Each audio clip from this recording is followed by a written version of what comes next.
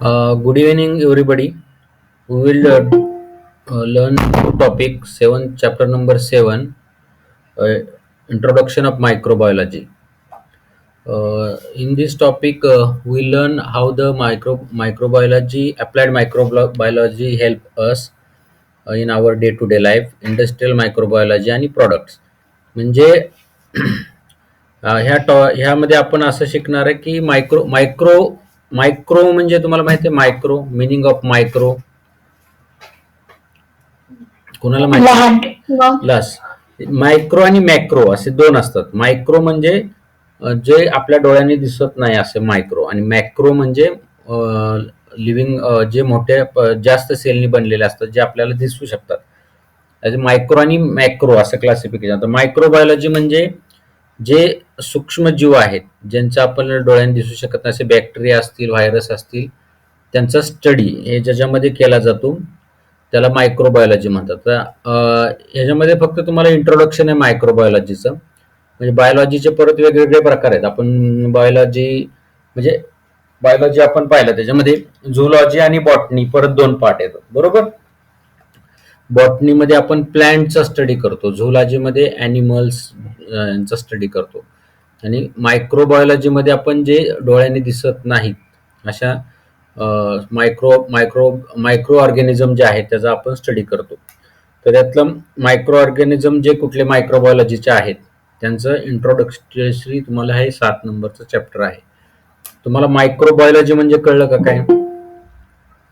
Yes sir. म्हणजे microbiology याचा अर्थ असा की जे लिव्हिंग ऑर्गॅनिझम आहे जे तुमच्या डोळ्यांनी दिसत नाहीत त्याचा स्टडी तुम्हाला करायचा आहे. म्हणजे हा बायोलॉजीचाच पार्ट आहे, फक्त मायक्रो ऑर्गॅनिझमचा स्टडी करायचा.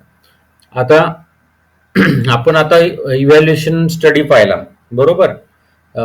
How evaluation take from the aquatic to the terrestrial animals. आपण पाहिलं की ॲक्वेटिक पासून कसं कसं इव्हॅल्युएशन होत गेलं. मग युनिसेल्युलर ऑर्गॅनिझम म्हणजे मायक्रो ऑर्गॅनिझम पासून ही इव्हॅल्युएशन सुरू झालं. म्हणजे फर्स्ट मायक्रो ऑर्गॅनिझम कुठला आहे तर अमिबा बरोबर. ह्याच्यावरती म्हणजे अर्थवरती ॲक्वेटिक मध्ये अमिबा आला. अमिबा पासून आपण पुढं बाकीचे मल्टीसेल्युलर ऑर्गॅनिझम येत गेले. तर हे आपण स्टडी केल्यानंतर आता मायक्रोबायोलॉजीमध्ये आपण जसं आहे तसे खूप ऑर्गॅनिझम या अर्थवरती आहेत किंवा या युनिव्हर्समध्ये खूप प्रकारचे ऑर्गॅनिझम आहेत. मग प्रत्येक जण आपापलं आयुष्य जगत असतो, म्हणजे त्यांची लिव्हिंग स्टाईल चालू असते प्रत्येकाची. त्यातले काही मायक्रो ऑर्गॅनिझम हे आपल्याला हेल्पफुल आहेत. आता काही ॲनिमल्स आपल्याला हेल्पफुल आहेत बरोबर. आपण काही पेट ॲनिमल्स आहेत, डॉग आहे, कॅट आहे, आपल्याला हेल्पफुल आहे. परत काऊ आहे, ते हेल्पफुल आहे.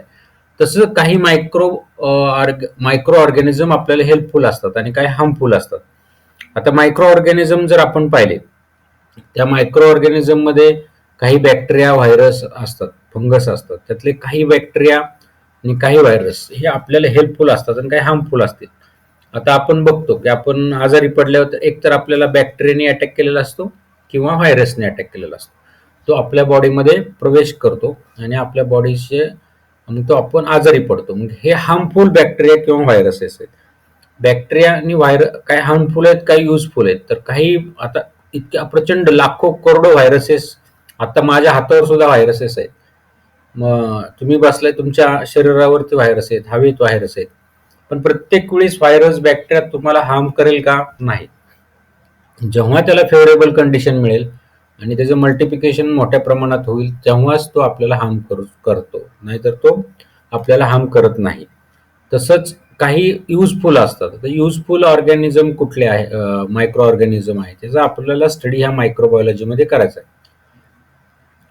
तर हा इंट्रोडक्शनरी चॅप्टर आहे मायक्रोबायोलॉजीचा आणि त्याच्यामध्ये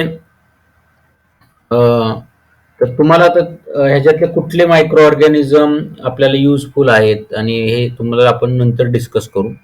तर अप्लाइड मायक्रोबायोलॉजी हा आपण चॅप्टर म्हणजे अप्लाइड मायक्रोबायोलॉजी काय. आता आपण आजपर्यंत जे टॉपिक घेतले त्याच्यामध्ये मी तुम्हाला एक्सप्लेन करायचो, नंतर रीड करायचो बरोबर. किंवा तुम्हाला प्रेझेंटेशन करून पीपीटी करून करत होतो आपण. पण आता हा जो टॉपिक आहे ना, हा तशा प्रकारे काही शिकवता येणार नाही. ह्याच्यामध्ये तुम्हाला लर्न करण्यासारख्याच गोष्टी आहेत. म्हणजे डिस्क्रिप्टिव्ह खूप आहे आणि डिस्क्रिप्टिव्ह खूप असल्यामुळे तुम्हाला आपल्याला रीड आणि एक्सप्लेन असंच करावं लागेल. आपल्याला पीपीटीद्वारे किंवा पॉवर पॉईंट प्रेझेंटेशन असं करता येणार नाही. तर हा टॉपिक थोडा वेगळ्या पद्धतीने करावा लागेल. ह्या टॉपिकमध्ये असा प्रॉब्लेम आहे, ह्या मायक्रो ऑर्गॅनिझमची जी नावं आहेत इतकी किचकट आहेत आणि त्यात मायक्रो ऑर्गॅनिझमची नावं लक्षात ठेवण्याशिवाय पर्याय नाही. तुम्हाला ती नावं लक्षात ठेवायला लागतील. आता माझं नाव विक्रम आहे तर तुम्हाला ते नाव लक्षात ठेवायच लागेल. आता लॅक्टोबॅसिला आहे तर लॅक्टोबॅसिला हे नाव लक्षात ठेवावंच लागेल, त्याला दुसरा पर्याय नाही. म्हणजे आता कोण आदित्यचं नाव आदित्य तर तुम्हाला लक्षात ठेवायच लागेल. म्हणजे जे तुमचं नाव आहे ते जसं तुम्हाला लक्षात ठेवावं लागतं तसं ह्या मायक्रो ऑर्गॅनिझमचं नाव तुम्हाला बाय हार्ट करावं लागेल आणि ह्याला दुसरा पर्याय काही नाही. तुम्हाला नाव लक्षात ठेवावंच लागेल. थोडासा टॉपिक हा त्यामुळे क्रिटिकल आहे, नावं लक्षात राहत नाहीत. कारण एकतर नावं ही लॅटिनमध्ये आहेत किंवा लॅटिनमध्ये त्यांची नॉमेनक्लेचर असल्यामुळं डिफिकल्ट आहे. पण त्याला काही घाबरू नका. तुम्ही 4-5 वेळा तुम्ही वाचलं की तुम्हाला लक्षात येतील नाव आणि पुढं पुढं ते तुम्हाला सोपं जाईल. तर आपण आता हे अप्लाइड मायक्रोबायोलॉजी जो टॉपिक आहे तो आपण सुरू करू. आता व्हॉट इज अ मायक्रोबायोलॉजी हे त्यांनी एक्सप्लेन केलेलं आहे. Branch of biology in which study of enzyme related to some prokaryote and eukaryote microbes, proteins, applied genetics, molecular biology, etc. is called as applied microbiology. आता ह्या ब्रँचमध्ये कशाचा study करतो आपण अप्लाइड मायक्रोबायोलॉजीमध्ये? ही त्यांनी सांगितलं it is a branch of biology. ही बायोलॉजीची ब्रँच आहे. मी तुम्हाला जसं सांगितलं आता, ब्रँच ऑफ बायोलॉजी आणि in which study of enzymes related to some prokaryote and eukaryote microbes, proteins, applied genetics, molecules biology etc. is called as applied microbiology. आता तुम्हाला हे माहिती आहे व्हॉट इज अ प्रोकॅरियोट आणि व्हॉट इज अ यूकॅरियोट? कोण सांगेल? प्रोकॅरियोट is unicellular आणि यूकॅरियोट is multicellular. बरं, हे आता दुसरं ह्याच्यापैकी कोणाला काय सांगायचंय का? सेल प्रोकॅरियोटिक मध्ये सेल न्यूक्लियस वेल डेव्हलप नसतो आणि युकॅरियोटिक मध्ये तो डेव्हलप असतो. Yes, correct. आता तुम्ही एक मिनिट थोडस आपण पाठीमागे जाऊ. बरोबर सांगितलं. हे मी सांगितलं होतं, आठवते तुम्हाला? Yes sir. Yes sir. हे युनिसेल्युलरच आहे. म्हणजे प्रोकॅरियोट्स आणि यूकॅरियोट्स हे युनिसेल्युलरच आहे. पण त्याच्यामध्ये प्रॉब्लेम म्हणजे त्याचं आपण जेव्हा क्लासिफिकेशन, ॲनिमल क्लासिफिकेशन हा चॅप्टर पाहिला तर ह्यामध्ये आपण लिव्हिंग ऑर्गॅनिझमचे 2 टाईप केले. किंगडम मोनेरियाचा जो क्लासिफिकेशन आहे तो प्रोकॅरियोट्स आणि यूकॅरियोट्स. तर यूकॅरियोट्स मध्ये आपण परत युनिसेल्युलर आणि मल्टीसेल्युलर केलं. आता ह्या लिव्हिंग ऑर्गॅनिझम मध्ये जो प्रोकॅरियोटिक्स आहे म्हणजे प्रोकॅरियोटिक मध्ये न्यूक्लियस डेव्हलप नसतो, वेल डेव्हलप नसतो. त्याचा एकच एक्झाम्पल आहे किंगडम मोनेरा. आणि यूकॅरियोट्स मध्ये न्यूक्लियस डेव्हलप असतो. न्यूक्लियस डेव्हलप मध्ये असतो म्हणजे काय असतो? त्याला न्यूक्लिअर मेम्ब्रेन असतो, त्याच्यामध्ये जेनेटिक मटेरियल असतं, त्याच्यामध्ये रिप्रोडक्शनचे जेनेटिक स्टडी हे असतं, सायटोप्लाझम असतो. ह्या सगळ्या गोष्टी ज्या न्यूक्लियस डेव्हलप असतात ते यूकॅरियोट्समध्ये येतात. आणि हे यूकॅरियोट्सचं परत युनिसेल्युलर आणि मल्टीसेल्युलर असं आपण क्लासिफिकेशन केलं. म्हणजे प्रोकॅरियोटिक असो किंवा यूकॅरियोट हे दोन्हीही युनिसेल्युलरच आहे. लक्षात येतं? आणि हे युनिसेल्युलर प्रोकॅरियोट्स आणि यूकॅरियोट्स आहेत. मायक्रोब्स म्हणजे जे सूक्ष्म आहेत त्यांचा स्टडी आपण प्रोटीन्स, अप्लाइड जेनेटिक्स. आता जेनेटिक्स म्हणजे काय? अप्लाइड जेनेटिक्स, जेनेटिक म्हणजे स्टडी ऑफ कॅरेक्टर्स, जे हेरिडेटरी कॅरेक्टर्स, त्यांच्या कॅरेक्टरचा जो स्टडी करतो आपण त्याला जेनेटिक्स म्हणतात.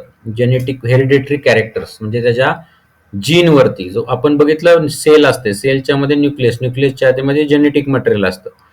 त्याचे अप्लाइड जेनेटिक्स म्हणजे त्याचं बोल काय? आणि आणि मॉलिक्युलर बायोलॉजी म्हणजे मॉलिक्युल म्हणजे सेल लेवलची बायोलॉजी.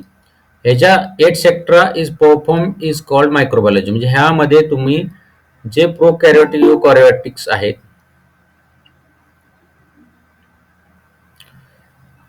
प्रोकॅरियोटिक युकॅरियोटिक कळलं का, जे मायक्रोब्स आहेत त्यांच्यातील protein, applied genetic, molecular biology याचा आपण स्टडी जो करतो ते इज कॉल्ड अप्लाइड मायक्रोबायोलॉजी.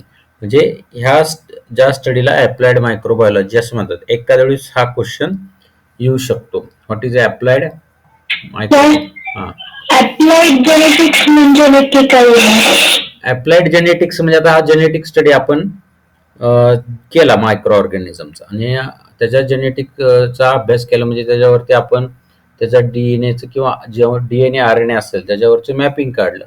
ह्याचा आपल्याला अप्लाइड म्हणजे उपयोग काय होतो, ह्याचा आपल्या ह्याच्यामध्ये काय उपयोग होतो, ह्याचा आपण जो स्टडी करतो त्याला अप्लाइड जेनेटिक्स म्हणायचं. आता समजा तुमचाच विषय घ्या, तुमचा जीन्सचा स्टडी केला आणि तुमच्या जीन्समध्ये असं सापडलं की तुम्हाला काहीतरी हार्टचा प्रॉब्लेम आहे जेनेटिक्समध्ये.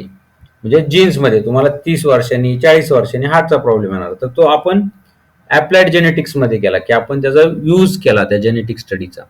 किंवा उदाहरणार्थ एखादे फॅमिली आहे, त्यांच्या फॅमिलीमध्ये नाईट ब्लाइंडनेस म्हणजे रात्री दिसत नाही, रात्रीच्या वेळी त्याला रातांधळी म्हणतात, नाईट ब्लाइंडनेस.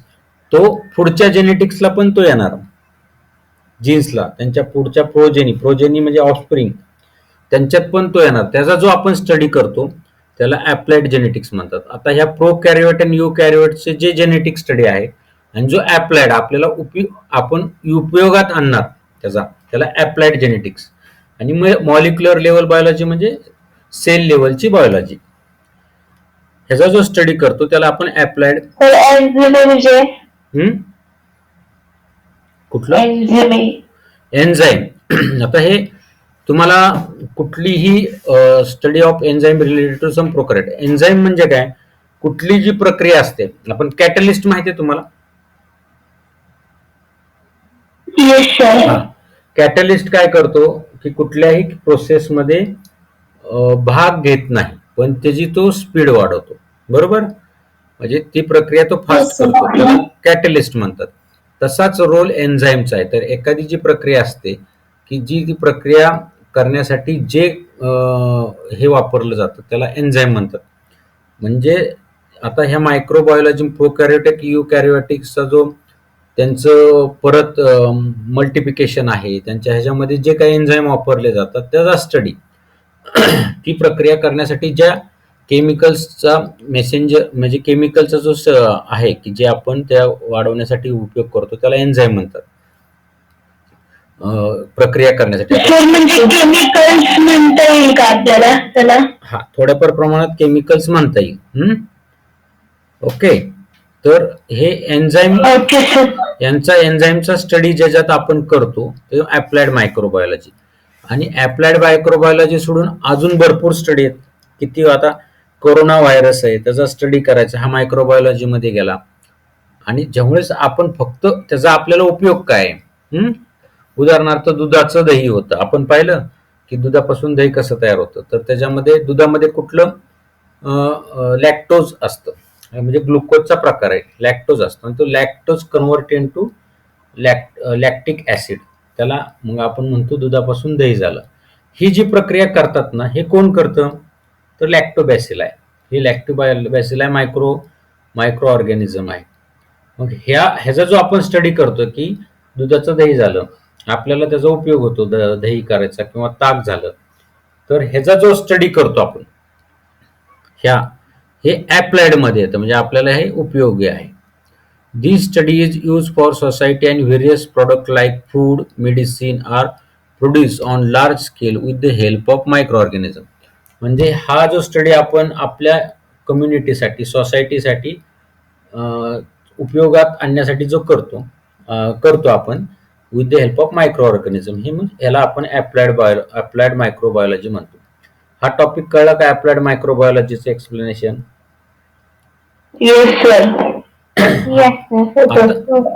आता अप्लाइड मायक्रोबायोलॉजी मध्ये इंडस्ट्रियल मायक्रोबायोलॉजी. इंडस्ट्रियलचा अर्थ माहिती आहे? Yes sir. येस. इंडस्ट्रीयल म्हणजे मोठ्या स्केलवर कमर्शियल लेवलला जेव्हा आपण त्या मायक्रो, आता समजा दुधाचं दही होतं आपल्या घरामध्ये, तुम्ही पाहिलं असेल की विरजन असतं. विरजन म्हणजे माहिती आहे तुम्हाला हो सर. काय असतं विरजन म्हणजे, सांगा बरं. दुधाचं विरजन म्हणजे दहीच असतं सर. विरजन हा, म्हणजे येस. आपण दुधात लिंबू पिळून केलेलं असतं सर विरजन. विरजन असतं ना, त्याच्यामध्ये लॅक्टोबॅसिल असतं. ओके, म्हणजे दहीच असतं ते. हो सर. ते मायक्रो दही उचलायचं आणि साईज इथं आपण गोळा करून ठेवलेली आहे मिल्कची, काय त्याच्यामध्ये टाकतो आपण, बरोबर. हो सर. मग त्या विरजन मध्ये कर्ड मधलं लॅक्टोबॅसिलाची ग्रोथ व्हायला लागते आणि हे लॅक्टोबॅसिलाय जे मायक्रो ऑर्गॅनिझम आहेत त्या दुधातल्या लॅक्टिक ऍसिडचं कन्व्हर्जन, लॅक्टोज या ग्लुकोजचं कन्व्हर्जन लॅक्टिक ऍसिड मध्ये करतात आणि जे बाय प्रोडक्ट तयार होतात ते म्हणजे दही. कळलं का? Yes sir. सर हे लॅक्टोबॅसिलायचं 9th स्टँडर्ड मध्ये होतं, 9th चॅप्टर काहीतरी. मग त्यावेळेस तुम्हाला कळला होता का हा टॉपिक?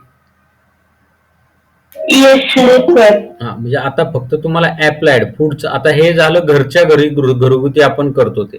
जेव्हा हे लार्ज स्केल मध्ये केलं जातं, समजा आता 100 लिटर दूध आहे, 200 लिटर दूध आहे, त्याचं दही करायचंय किंवा त्याच्यापासून बटर मिल्क करायचंय, कर्ड तयार करायचं, तर त्या जी प्रक्रिया आहे त्याला इंडस्ट्रीयल मायक्रोबायोलॉजी म्हणतात. आता प्रत्येक वेळेस तुम्ही विरजन त्या 1,000 लिटरला दुधाला कसं टाकणार, बरोबर. तर त्याला वेगळी सिस्टीम असते, त्याला इंडस्ट्रीयल मायक्रोबायोलॉजी म्हणतात. त्याच्यामध्ये काय येतं, this science is related to commercial use of microbes in which various economic, social, environmental related process and products are included. Various microbial process useful for this purpose are carried out. म्हणजे ही जी प्रक्रिया करायला वेगवेगळ्या micro ऑर्गॅनिझमचा उपयोग केला जातो आणि ही प्रक्रिया लार्ज स्केलवर केली जाते. आता इंडस्ट्रीयल मायक्रोबायोलॉजीचे फीचर्स म्हणजे ह्याच्यामध्ये काय असतं नेमकं, कुठले कुठले कॉम्पोनंट येतात, तर various production with the help of fermented process. Example bread, cheese, wine, raw material for chemical, enzyme, nutrients, medicine etcetera.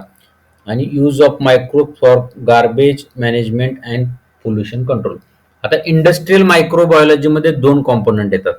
एक कॉम्पोनंट कुठला की दुधापासूनचे त्याचे प्रॉडक्ट बनवणे, त्यानंतर ब्रेड बनवणे, चीज तयार, वाईन म्हणजे अल्कोहोल म्हणजे दारू, त्यानंतर रॉ मटेरियल केमिकल्स, काही केमिकल्स म्हणजे अल्कोहोल असेल, हे असेल, ते बनवण्याची प्रक्रिया, आणि न्यूट्रिएंट्स आणि मेडिसिन हे बनवण्यासाठी एक इंडस्ट्रीयल मायक्रोबायोलॉजी आहे. आणि दुसरं कुठलं आहे तर तुमचे garbage management and pollution control. जे तुमचा सॉलिड वेस्ट आहे म्हणजे कचरा आहे, समजा तुम्ही राहिलेलं अन्नाचे तुकडे आहेत, हे आहेत, त्याच्यासाठी जी आपण इंडस्ट्री यूज करतो त्याला गार्बेज जे आहे ते मॅनेजमेंटला जे मायक्रोबायोलॉजीचा आपण यूज करतो तो इंडस्ट्रीयल मायक्रोबायोलॉजीत येतो.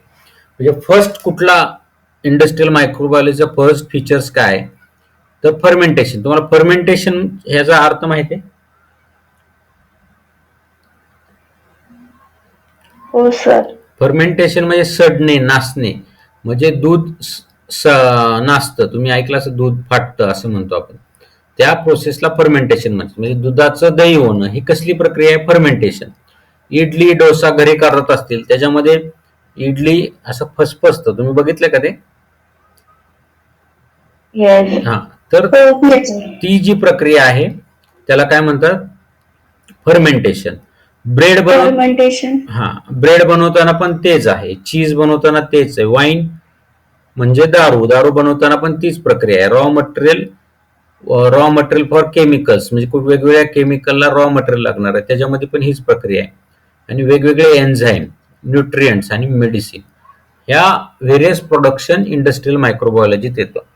सेकंड कुठला आहे की गार्बेज मॅनेजमेंट, म्हणजे कचरा आहे तुमचा, टाकाऊ घटक जे आहेत कचऱ्यातले, त्याचा कंट्रोल म्हणजे त्याचं मॅनेजमेंट करायचं. आणि पोल्युशन कंट्रोल म्हणजे ह्याच्यापासून जे काय पर्यावरणाचं दूषितीकरण येणार आहे त्याच्यासाठी सुद्धा इंडस्ट्रियल मायक्रोबायोलॉजी आपण यूज करतो. आता ह्या सर मायक्रोब्सचा काय यूज आहे गार्बेज मॅनेजमेंटसाठी? आता मायक्रोबचा समजा हे आहे बायोडिग्रेडेबल याचा अर्थ माहिती आहे का तुम्हाला? म्हणजे आता माणूस मेला तर त्याचं सगळं शरीर सडून जातं, कीटक खाऊन जातात, काय हाडांचा पण काही दिवसांनी तो सुरा होतो सगळं, आणि तो डिकम्पोजिशन होते त्याचं. त्याला बायोडिग्रेडेबल म्हणतात, म्हणजे त्याचा पूर्ण नाश होतो. तसं प्लॅस्टिकचं होतं का? नाही होत, तेच नॉन बायोडिग्रेडेबल आहे. तसं गार्बेज मध्ये दोन प्रकार आहेत. जे गार्बेज कोण करतं हे, तर मायक्रो ऑर्गॅनिझमच खातात ना, मायक्रो ऑर्गॅनिझमच त्याचा यूज करतात. आपण जीवस्य रक्षणम पाहिलं ना, की एक जीवाचं दुसरा रक्षण करतो. आपण सायकल पाहिली होती, आठवते का? हा, त्यामध्ये हे मायक्रो ऑर्गॅनिझम, आता समजा तुम्ही चपातीचा तुकडा टाकलाय तर त्या चपातीच्या ह्याच्यावरती फंगस पण लागेल, काही मायक्रो ऑर्गॅनिझम ते खातील, त्याचं डिकम्पोजिशन होईल, आणि हे जे आपण करतो त्याला म्हणजे गार्बेज मॅनेजमेंट म्हणतात. लक्षात आलं का? मायक्रोबायोलॉजीचा वरचा तो पॅराग्राफ नाही समजला मला. आता इंडस्ट्रियल मायक्रोबायोलॉजी म्हणजे आता तुम्ही हे पाहिलं की दुधापासून दही घरी कसं बनवतात, पाहिलं? लक्षात आलं तुमच्या ते? जेव्हा हे लार्ज स्केलमध्ये, कमर्शियल स्केलमध्ये मोठ्या प्रमाणात केलं जातं त्याला इंडस्ट्रियल मायक्रोबायोलॉजी. आता समजा उद्या तुम्हाला 10,000 लिटरचं दुधाचं दही बनवायचंय, मग कसं बनवणार? विरजण टाकून बनवणार का? नाही. तुम्हाला त्यासाठी मोठ्या प्रमाणात काही मायक्रो ऑर्गॅनिझम वापरले जातात. ती इंडस्ट्री मधली प्रक्रिया वेगळी असते, तुम्हाला पुढे आहे ते. मग ती मायक्रो ऑर्गॅनिझम यूज करून जे काही बाय प्रोडक्ट म्हणजे दही असेल, ताक असेल, ते बनवतात, ती इंडस्ट्रियल मायक्रोबायोलॉजी. म्हणजे इथं काय लिहिलंय? This science is related to commercial use of microbes in which various economic, social and environment related process and products are included. Various microbial process useful for this purpose are carried out. Sir microbial म्हणजे तेच ना, आता आपण जे छोटे छोटे organism बघितले ते मायक्रोब्स. मायक्रो ऑर्गॅनिझमला मायक्रोब्स बोलतात. म्हणजे बॅक्टेरिया असेल, व्हायरस असेल, फंगस असेल, जे मायक्रोब्स तुम्हाला डोळ्याने दिसत नाही, प्रोकॅरियोटिक, युकॅरियोटिक मध्ये जे असतील, युनिसेल्युलर. म्हणजे मायक्रोबियल म्हणजे पण मायक्रोब्स असतात का? मायक्रोबियल, मायक्रोब्स हे त्याचे वेगवेगळे फॉर्म्स आहेत. हे सगळे त्याच्याशीच रिलेटेड आहेत, म्हणजे मायक्रो ऑर्गॅनिझम. मायक्रोब्स म्हणजे मायक्रो ऑर्गॅनिझम. कळलं? हो सर, कळलं. आता हे बाय प्रोडक्ट कुठले कुठले तयार होतात? आता डेअरी बाय प्रोडक्ट म्हणजे दुधापासून बनलेले सगळे बाय प्रोडक्ट. आता हे दुधापासूनचे बाय प्रोडक्ट कसे इंडस्ट्री लेवलला बनवले जातात त्याचा आपल्याला आज स्टडी करायचा आहे. आता dairy by product. Since ancient day milk is converted into various product for its preservation purpose. Example cheese, butter, cream, kefir, yoghurt, etc. Water content and acidity of milk changes during the formation of this product and texture, taste and flavor is improved. म्हणजे आता तुम्हाला जर बघितलं की ह्यांना काय म्हणा, Asian time म्हणजे श्रीकृष्णाच्या वेळेस सुद्धा, बरोबर, आपल्या ह्याच्यात लिहिलंय की तो पण दही खायचा, तो पण लोणी खायचा. लोणी खायचा, लोणी खायचा, तो दही, तो लोणी काढून खायचा. म्हणजे त्यावेळेस पण लोणी बनत होतं, दही बनत होतं. म्हणजे त्यावेळेसची जी प्रक्रिया आहे हीच प्रक्रिया यूज केली जायची. फक्त त्यांना ही नावं माहीत नसतील की ह्याच्यामध्ये लॅक्टोबॅसिला आहे, ह्याच्यामध्ये अशा प्रकारचे केमिकल चेंजेस झाले, मायक्रो ऑर्गॅनिझम. पण हे एशियन टाइम पासून आपण हेच प्रक्रिया करत आलेलं आहे. मग त्याच्यामध्ये आपण ते बघितलं, बटर आहे म्हणजे लोणी आहे, चीज आहे, त्यानंतर घी आहे. हे वेगवेगळे प्रॉडक्ट त्यावेळेस सुद्धा बनवत होते. आणि आता आपण वेगळ्या प्रकाराने इंडस्ट्री लेवलला कसं बनवतो ह्याचा आपण अभ्यास करणार आहे. मग आता ह्याच्यामध्ये मिल्क पासून कसं बनवतो, तर मिल्कमध्ये मेजर कॉम्पोनंट काय आहे, तर वॉटर. आणि मिल्कचा जो पीएच आहे त्याच्यामध्ये आपण चेंजेस करतो. कशाच्या टायमाने, तर मायक्रो ऑर्गॅनिझमच्या. आणि जे पाहिजे तसे आपण बायो प्रॉडक्ट बनवतो. लक्षात आलं का? दुधाच्या पीएच मध्ये चेंज करायचा मायक्रो ऑर्गॅनिझमच्या हेल्पनी, आणि जे पाहिजे ते आपण प्रॉडक्ट बनवतो आणि टेस्ट अँड फ्लेवर त्याच्यामुळे इम्प्रूव्ह होते. These process are perform on large scale with more skill. For production of most of the milk product, bacteria in milk itself are used. Only cheese is produced with the help of fungi. Basic process of formation of yogurt, cheese, cream is the same. Milk is pasteurized at the beginning to destroy unwanted microbes. It is then fermented with the help of lactobacilli. In this process, lactose sugar of the milk is converted into lactic acid and milk protein are coagulated with the help of lactic acid. Beside the component of taste and flavor are formed. Example, diacetyl has the flavor of the butter. म्हणजे आता ह्यात त्यांनी काय सांगितलंय की large स्केलमध्ये आपण दुधापासून वेगवेगळे बाय प्रोडक्ट बनवतो आणि हे कसं बनवतो तर बॅक्टेरिया सगळीकडेच आहेत बरोबर. दुधामध्ये पण बॅक्टेरिया आहेत, त्यातल्या काही बॅक्टेरियाचा आपण यूज करून घेतो आणि त्याच्यापासून आपण चीज जर सोडलं, चीज जे बनवतो आपण विथ द हेल्प ऑफ फंगसच्या हेल्पने करतो, पण बाकीचे जेवढे सगळे दुधापासूनचे प्रॉडक्ट आहेत, योगर्ट असेल, चीज असेल, क्रीम असेल, म्हणजे घी असेल, हे बनण्याची प्रक्रिया एकच आहे. आता milk is pasteurise at the beginning of destroy unwanted microbe. What is pasteurise दूध, असं तुम्ही मिल्क वाचलं असेल. पाश्चराइज मिल्क म्हणजे काय असतं, जे तुम्ही मिल्क काऊ पासून बफेलो पासून घेतलंय त्याला ठराविक टेम्परेचरला हीट करतात आणि ह्या टेम्परेचरला हीट केल्यानंतर त्यातले अनवॉन्टेड, हिटिंग केल्यावर मायक्रो ऑर्गॅनिझम मरून जातात, मग अनवॉन्टेड मायक्रो ऑर्गॅनिझम मारले जातात आणि त्यानंतर त्याच्यामध्ये फर्मेंटेशन करतो. मग फर्मेंटेशन म्हणजे की नासवण्याची प्रक्रिया करतो विथ द हेल्प ऑफ लॅक्टोबॅसिलाई. हा लॅक्टोबॅसिलाई काय करतो, त्याच्यामध्ये जे शुगर आहे मिल्कमध्ये त्याला आपण लॅक्टोज म्हणतो, त्याचं कन्व्हर्टन लॅक्टिक ऍसिड मध्ये करतात आणि मिल्क प्रोटीन कॉग्युलेट होतं म्हणजे घट्ट होतं with the help of lactic acid.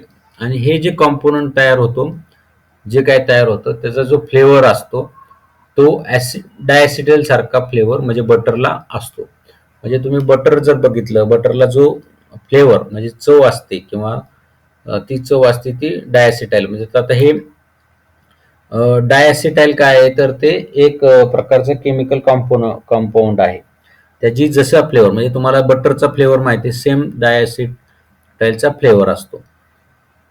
तर ह्या फ्लेवर पर्यंत मिल्कचे प्रॉडक्ट बनतात. हा म्हणजे दुधामध्ये जी साई येते ती लॅक्टिक ऍसिड मुळे येते का? नाही, ती दुधामध्ये साई असते ना, क्रीम असते बरोबर.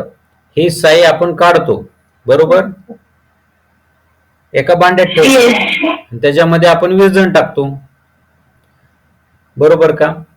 तसं नाही, मग दुधावरती साई कशामुळे येते? आपण ते गरम केल्यावरती दुधामध्ये जे आता दुधामध्ये काय काय आहे, प्रोटीन आहे, फॅट आहे, ग्लुकोज आहे बरोबर. ओके, ग्लुकोज म्हणजे कार्बोहायड्रेट. तर ग्लुकोज मधलं कुठलं ग्लुकोज आहे तर आपण त्याला काय म्हणतो, लॅक्टोज.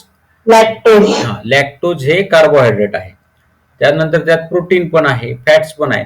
आपण हीट केलं की ते फॅट्स वरती येतं क्रीमच्या फॉर्म मध्ये, त्याच्यामध्ये प्रोटीन आहे आणि कार्बोहायड्रेट म्हणजे लॅक्टोज आहे. ते लॅक्टोजचं कन्व्हर्जन लॅक्टिक बॅसिलाई मधून लॅक्टिक ऍसिड मध्ये होतं आणि ते प्रोटीन घट्ट होतं, कॉग्युलेट त्याच्यात असलेलं प्रोटीन. त्यालाच आपण काय म्हणतो, चीज म्हणतो किंवा बटर म्हणतो किंवा योगर्ट, म्हणजे जो दही घट्ट तयार होतं तेच असतं. कळलं का तुम्हाला. दुधामध्ये वेगवेगळे कॉम्पोनंट आहेत. दुधात मेन मिल्क आहे, त्या मिल्क मध्ये काय काय आहे, कार्बोहायड्रेट कुठला आहे तर लॅक्टोज. कार्बोहायड्रेट म्हणजे शुगर कंटेनिंग, लॅक्टोज ही शुगर आहे. त्याच्यानंतर त्याच्यात प्रोटीन पण आहे, फॅट्स पण आहे. त्याचं कन्व्हर्जन हे लॅक्टोबॅसिलाई ह्या मायक्रो ऑर्गॅनिझमच्या मदतीने आपण करतो आणि त्याचा जो फ्लेवर असतो हा डायसिटाईलच्या फ्लेवर म्हणजे बटरचा जो फ्लेवर आहे तो डायसिटाईल सारखा असतो. म्हणजे तुम्ही उद्या जर नुसतंच दुधापासून काहीतरी बनवलं आणि ते डायसिटाईल टाकलं तरी तुम्हाला असं वाटेल की ते बटरच आहे. ओके, कळलं का इथपर्यंत? Yes sir. सर आता त्यातला जो पहिला जो डेअरी प्रॉडक्ट आपण आता बघणार आहे, तर यॉगर्ट कसं तयार होतं. यॉगर्ट म्हणजे दही. ओके, ते कसं तयार होतं. Yogurt is a milk product produced with the help of lactobacilli in inoculant. For the maintaining the protein content, condensed milk powder is mixed with milk to be fermented for industrial production of yogurt. म्हणजे आता हे आपल्याला यॉगर्ट कसं बनतं तुम्हाला मी सांगितलं ना. फक्त जर चीज सोडलं, चीज बनवताना आपण कशाचा यूज करतो. फंगाय. हा, फंगाई. बाकी सगळ्या ह्याच्यामध्ये सेम प्रक्रिया लॅक्टोबॅसिलाई पासूनच बनतात. मग आता दुधाचे दूध, आता प्रत्येक ठिकाणी दूध नाही, तर आपण दुधाचं काय केलेलं आहे की दुधाची पावडर बनवलेली आहे. बरोबर. हो सर. येस. तर एक मिनिट आहे स्क्रीन. आपण दुधाची पावडर बनवलेली असते. त्या दुधाच्या पावडरमध्ये आपण फर्मेंटेशन करायसाठी इंडस्ट्रियल लेवलला लॅक्टोबॅसिलाई इंट्रोड्यूस करतो आणि त्याच्यापासून आपण यॉगर्ट तयार करतो. आणि milk is boiled and once it cool to warm temperature. Sir yogurt म्हणजे दहीच, दुसरं काय नाही. फक्त बनण्याची प्रक्रिया लॅक्टोबॅसिलाई पासून आहे. आपण ट्रॅडिशनल मेथडनी जे बनवतो ते विरजन करून बनवतो. ही प्रक्रिया फक्त लॅक्टोबॅसिलाई वापरून बनवली जाते. कळलं. सर पण दहीला कर्ड म्हणतात ना. हो, कर्ड म्हणतात, पण इंडस्ट्रियल लेवलला जे बनतं ते योगर्ट आणि ते एकच आहे. म्हणजे शेवटी बनणार काय आहे. दही. हा, म्हणजे योगर्ट जे बनतं ते त्यात काय आहे म्हणजे लॅक्टोबॅसिलाई पासून बनलं ना ते. लॅक्टिक ऍसिडचं आणि प्रोटीनचं कॉग्युलेशन झालं, मग ते दही बनलं. बरोबर. मिल्क इज अ बॉइल्ड, मग त्याला योगर्ट म्हणतात. Milk is a boiled and once it cool to warm temperature bacterial strains of Streptococcus thermophilus. आता बघा ही नावं सुरू झाली. Streptococcus thermophilus and Lactobacillus delbrueckii are added to the 1:1 proportion, and lactic acid is formed due to the streptococcus that make the protein to get out that gives a dense consistency of the to the yogurt. म्हणजे आता दुधापासून ते दही बनताना तर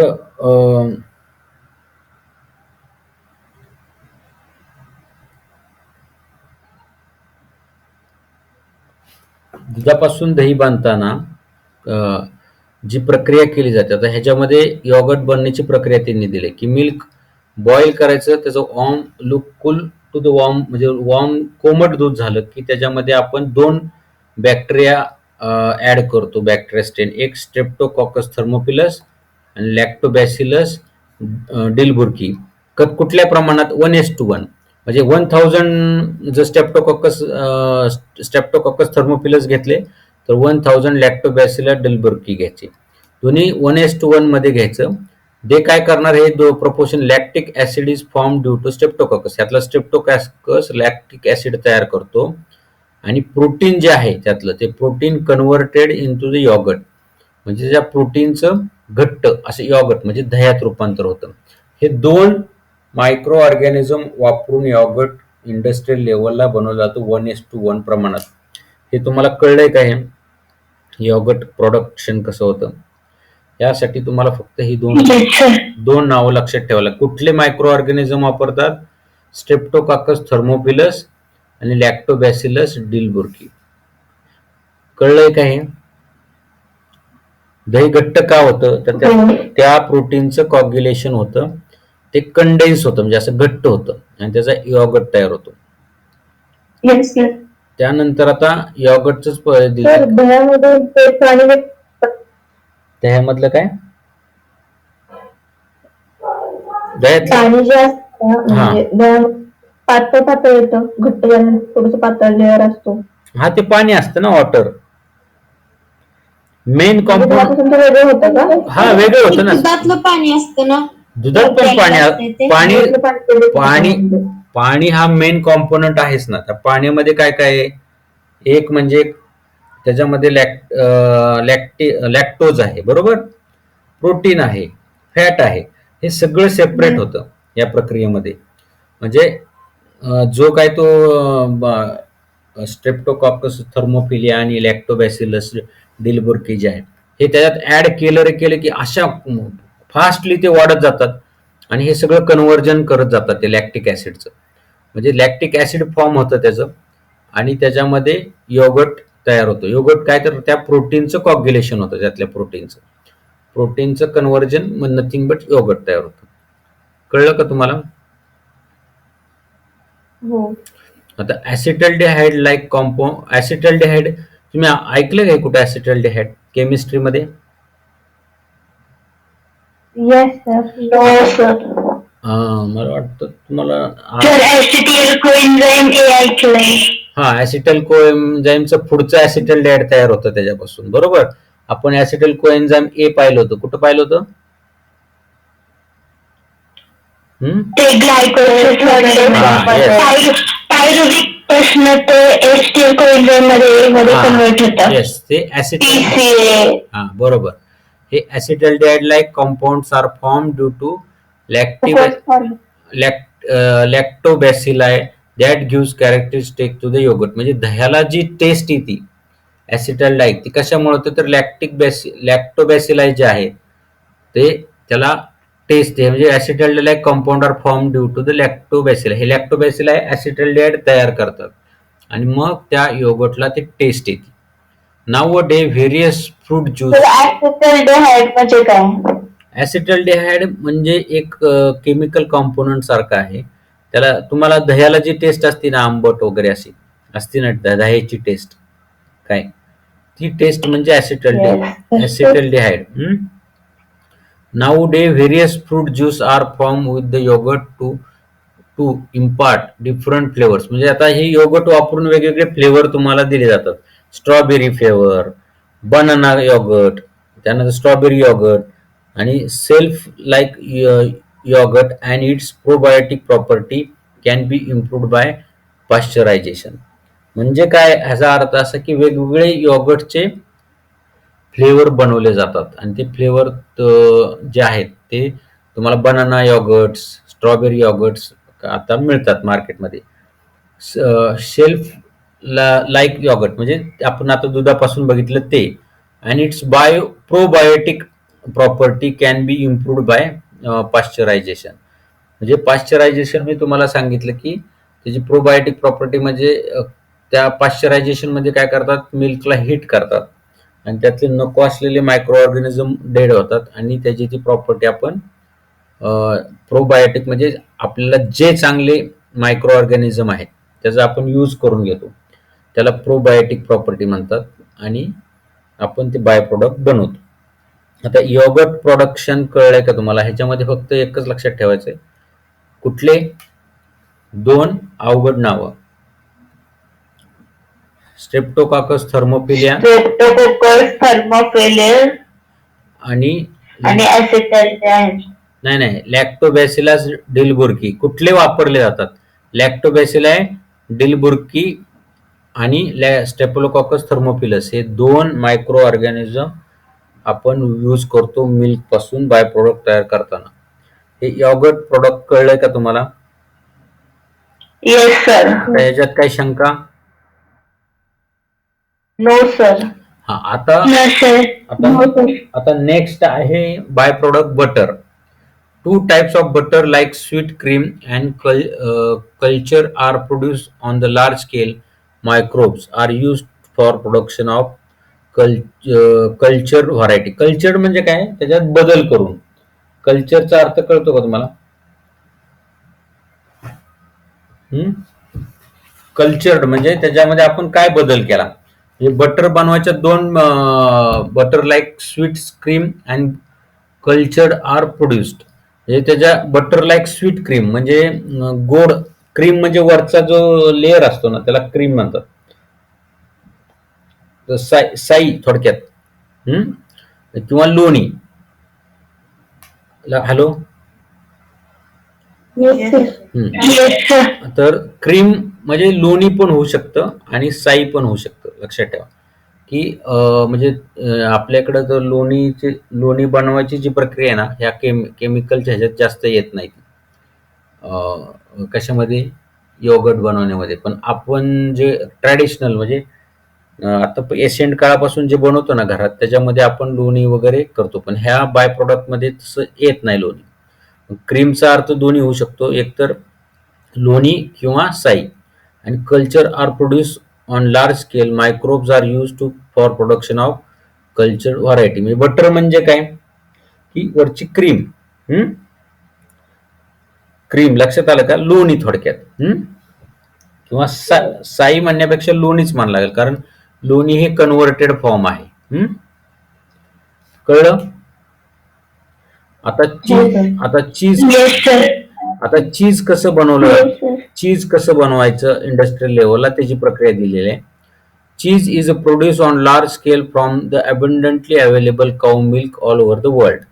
म्हणजे जास्त प्रमाणात जेव्हा मिल्क असतं तेव्हा त्याच्यापासून बनवायची प्रक्रिया.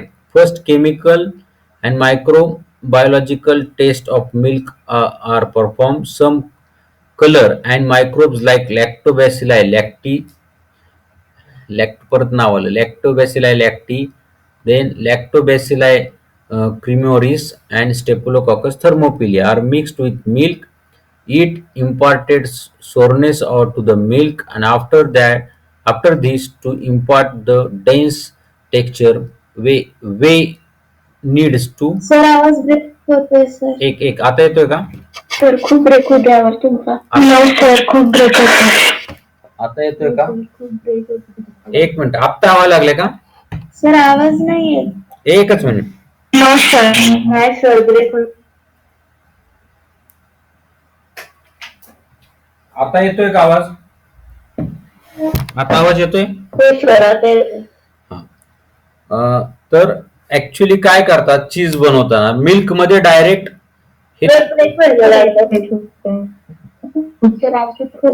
एक मिनिट. हॅलो. सर खूप ब्रेक होते. काय बोलते काहीच कळत नाहीये. वेट एक मिनिट. वेट एकच मिनिट.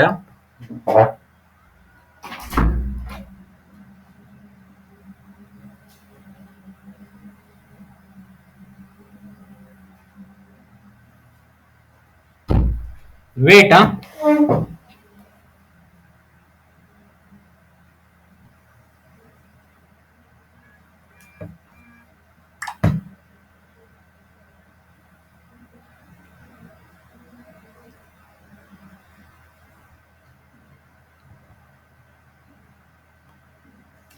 आता येतं ऐकायला?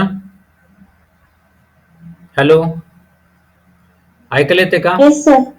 आता क्लिअर येतं ऐकायला? थोडा वेळ नेटवर्कचा प्रॉब्लेम होता. आता आपण चीज कसं बनवतात इंडस्ट्रियल लेवलला ते पाहणार आहे. ह्याच्यामध्ये काय करतात लार्ज स्केल मध्ये मिल्क पहिल्यांदा घेतात आणि त्या मिल्क मध्ये ते काही कलर आणि मायक्रो ऑर्गॅनिझम सोडतात. आता त्यातले कुठले मायक्रो ऑर्गॅनिझम आहे? लॅक्टोबॅसिलाई लॅक्टी. हे तुम्हाला लक्षात ठेवावंच लागेल. सर अबंडंटली म्हणजे मोठ्या प्रमाणात. समजा एक 10,000 लिटर दूध आहे. कसं बनवणार त्याच्यापासून चीज? आलं लक्षात? अबंडंटली म्हणजे लार्ज स्केल मध्ये. अबंडंटली अवेलेबल काऊ मिल्क. खूप मोठ्या प्रमाणात जर काऊ मिल्क असेल तर त्यामध्ये लॅक्टोबॅसिलाई लॅक्टी, लॅक्टोबॅसिलाई क्रिमरीस आणि स्टेफिलोकॉकस थर्मोफिलिया हे त्याच्यात मिक्स करतात. आणि हे काय करतात?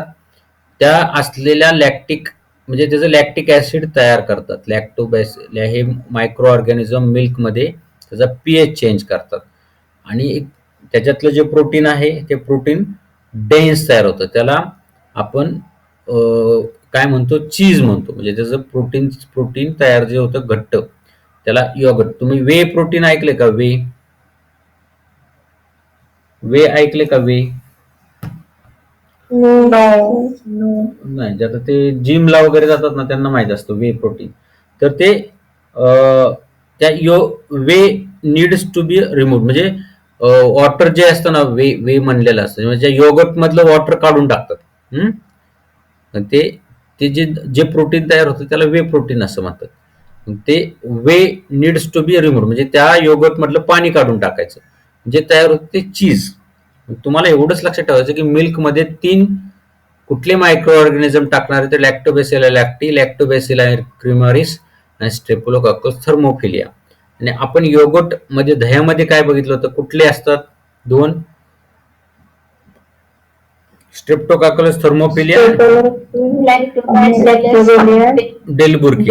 आता हा तर इथं आलाच आहे, स्ट्रेप्टोकोकस थर्मोफिलिया, तो तर रिपीट झालाय, बरोबर.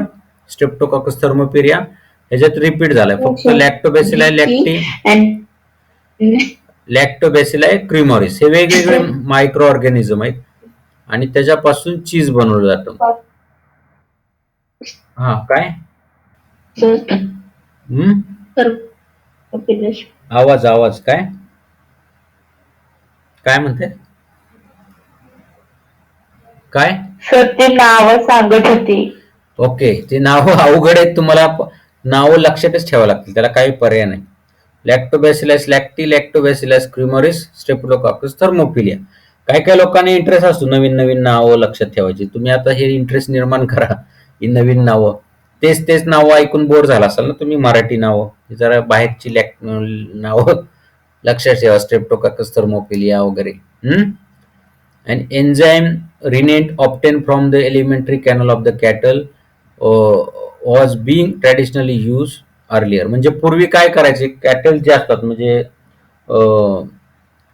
एन्झाईम, हे जे एन्झाईम आहे ना, हे बनवायसाठी पूर्वी कॅटल म्हणजे जे जनावर असतात ना, ॲनिमल्स, म्हणजे कुठले आपले डोमेस्टिक ॲनिमल, त्याच्या एलिमेंटरी कॅनल म्हणजे जे जे जे डायजेस्टिव्ह सिस्टीम आहे ना, त्याच्यामधून ते रिनेंट काढायचे आणि ते हे बनवायला वापर करायचे.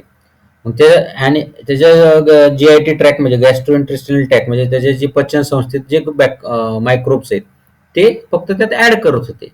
फक्त आता आपण बाहेरने एक्सटर्नली तसं रिनेंट न करता करतो. However, an enzyme protease obtained from fungi is used at present to produce vegetarian cheese. आता काय आहे की काही लोकांना ते, आता हे बॅसिलाय वगैरे केलं तर ते व्हेज आहे का नॉन व्हेज, बरोबर. मायक्रो ऑर्गॅनिझम आलेच ना त्याच्यामध्ये. मग ते काय करतात की त्याच्यासाठी फंगसचा उपयोग करून हे योगर्ट बनवतात, त्याला व्हेजिटेरियन चीज म्हणतात. Fungus protease obtain from fungus, म्हणजे त्याचा फंगसचा वापर करून ते काय करतात, फर्मेंटेशनच प्रक्रिया करतात. and this the way is separated from yogurt, then process of production of cheese is started through the steps like cutting the solid yogurt into pieces, washing, rubbing, salting and mixing of essential microbes, pigment and flavor. These cheese is present and cut into pieces and store for the राईटनिंग. म्हणजे हे तुकडे तुकडे तुकडे करतात, त्याला colour वगैरे वेगवेगळे देतात आणि ते ते चांगलं घट्ट बनण्यासाठी त्याला स्टोअर करतात पीसेसमध्ये. हे कळलं का तुम्हाला चीज कसं बनवायचं ते? Yes sir. कुठले मायक्रो ऑर्गॅनिझम टाकायचे त्याच्यामध्ये? Lactobacillus, Lactobacillus lactis, Lactobacillus cremoris and Streptococcus thermophilus. Yes. तर हे टाकून तुम्हाला त्याला डेन्स तयार होतो, त्याच्यानंतर वे काढून घ्यायचं, म्हणजे त्यातलं पाणी काढून घ्यायचं, त्याचे कट करायचे, त्याच्यानंतर ते पीसेस तयार करायचे आणि त्याचा पिगमेंट कलर फ्लेवर लावून ते नंतर वापरायचे. कळलं? Yes sir. आता आपण 3 प्रॉडक्ट बघितले. पहिला कुठला पाहिला? पहिला प्रॉडक्ट योगर्ट, डेअरी प्रॉडक्ट मध्ये योगर्ट, बटर आणि आता चीज. ओके, आता उद्या आपण प्रोबायोटिक काय आहे ते बघू. उद्या तुम्हाला ओके सर. सुट्टी नको आहे ना तुम्हाला? नको सर.